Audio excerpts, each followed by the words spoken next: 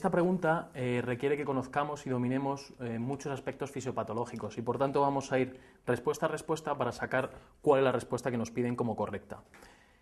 La primera, las maniobras que disminuyen la poscarga aumentan la intensidad de los soplos de insuficiencia. Eso es falso y vamos a explicar por qué. Pensad que la poscarga es lo que se opone a la salida del ventrículo izquierdo, lo que se opone al gasto cardíaco. Digamos que es la presión que ejerce la aorta hacia el ventrículo izquierdo. Vamos a pensar qué ocurre cuando aumentamos la poscarga o disminuimos la poscarga en un paciente que tiene una insuficiencia valvular. Vamos a ponernos en el caso, esta es la aorta, el ventrículo izquierdo y la válvula mitral con la aurícula izquierda. Supongamos que tenemos una insuficiencia aórtica, con lo cual en la diástole hay un flujo de sangre que vuelve hacia el ventrículo izquierdo. Es lógico pensar que si yo tengo mucha poscarga, es decir, mucha presión hacia abajo, hacia ese ventrículo, más sangre va a volver de la aorta hacia el ventrículo, más gradiente, más diferencia de presión y por tanto más intensidad del soplo. Por tanto, lo que podemos decir es que todas las maniobras que aumenten la poscarga van a aumentar los soplos de insuficiencia. Pasa lo mismo cuando hablamos de la insuficiencia mitral. Si tenemos insuficiencia mitral en la sístole, vuelve sangre desde el ventrículo izquierdo a la aurícula izquierda. Si yo tengo mucha poscarga, la aorta ejerce mucha fuerza, lo que ocurre es que al ventrículo le es más fácil mandar la sangre hacia la aurícula y por tanto la intensidad del soplo también va a aumentar. Al revés ocurre lo mismo si disminuimos la poscarga, si tengo insuficiencia aórtica va a regurgitar menos sangre y va a haber menos soplo y lo mismo va a ocurrir en la aurícula izquierda si tengo insuficiencia mitral.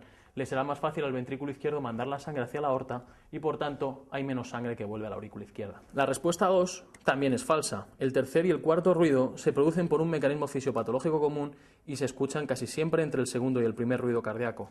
Vamos a ir por partes. El tercer y el cuarto ruido para el MIR son muy importantes porque nos han preguntado varias cosas de ellos. Lo primero que debéis saber es que el tercer y el cuarto ruido siempre son diastólicos, es decir, se escuchan entre el segundo y el primer ruido.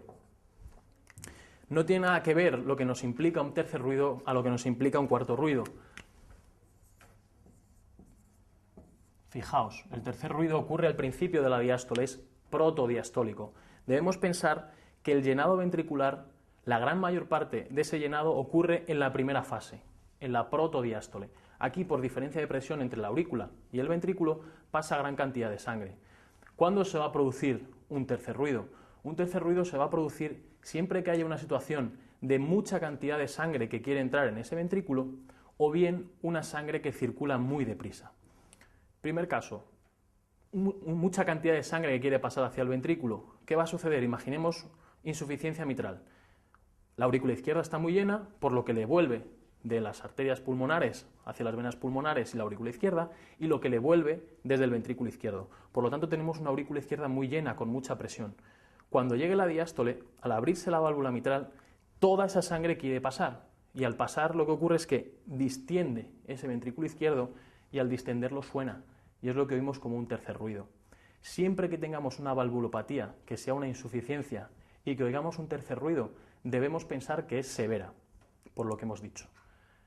¿Qué más situaciones tienen tercer ruido y que no son un problema cardiológico? Por eso, un tercer ruido no siempre implica patología cardíaca.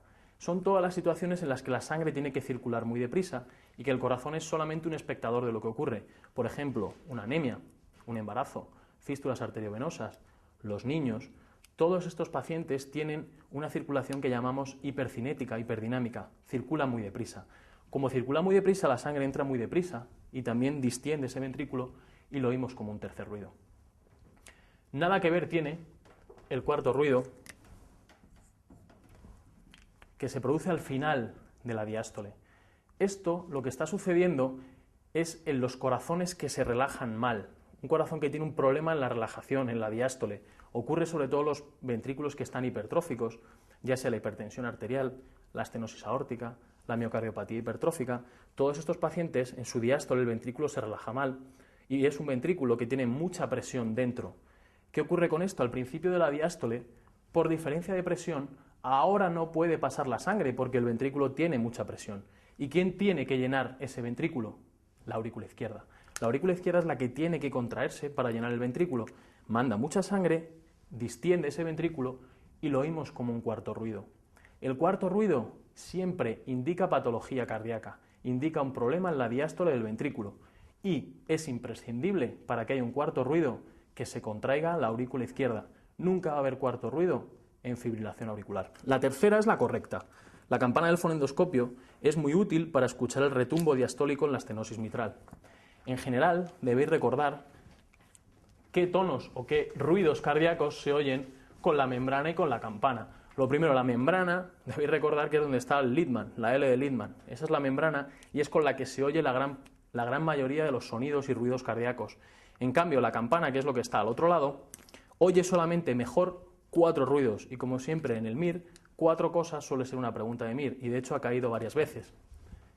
Con la membrana se oye casi todo y con la campana el soplo de estenosis mitral, el soplo de estenosis tricúspide, el tercer ruido y el cuarto ruido. El signo de Rivero-Carballo, cuando aparece, suele indicar que la insuficiencia mitral es severa.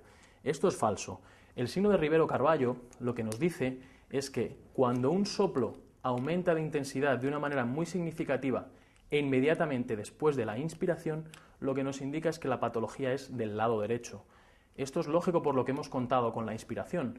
Con la inspiración lo que ocurre es que al llenar el pulmón hacemos presión negativa dentro del tórax y enviamos mucha sangre a las cavidades derechas, con lo cual inmediatamente va a aumentar el gradiente, la diferencia de presión que genera el soplo y el soplo va a ser más intenso. Entonces, un signo de Rivero-Carballo es patología derecha y no patología izquierda como la insuficiencia mitral o la estenosis mitral. Y la última, el signo de Kussmaul no suele aparecer en la estenosis tricúspide severa. Esto es falso. Lo primero que debéis recordar es qué es el signo de Kussmaul.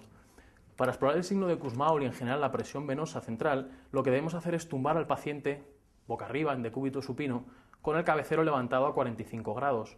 Con eso lo que conseguimos es que la aurícula derecha quede a la misma altura que el ángulo de Lewis, que es el ángulo que hace el esternón cuando cambia de dirección.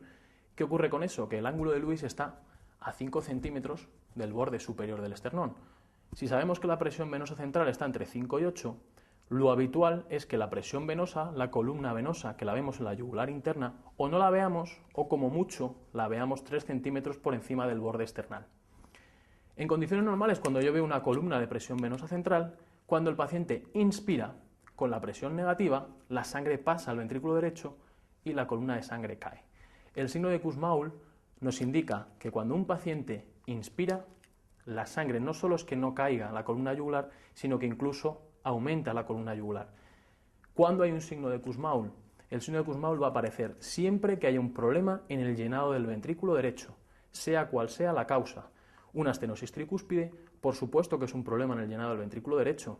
No puede pasar la sangre por la obstrucción de la válvula tricúspide y al inspirar no puede pasar la sangre y sube la columna venosa yugular. Ocurrirá también en las hipertrofias del ventrículo derecho, en la estenosis pulmonar y en la hipertensión pulmonar severa.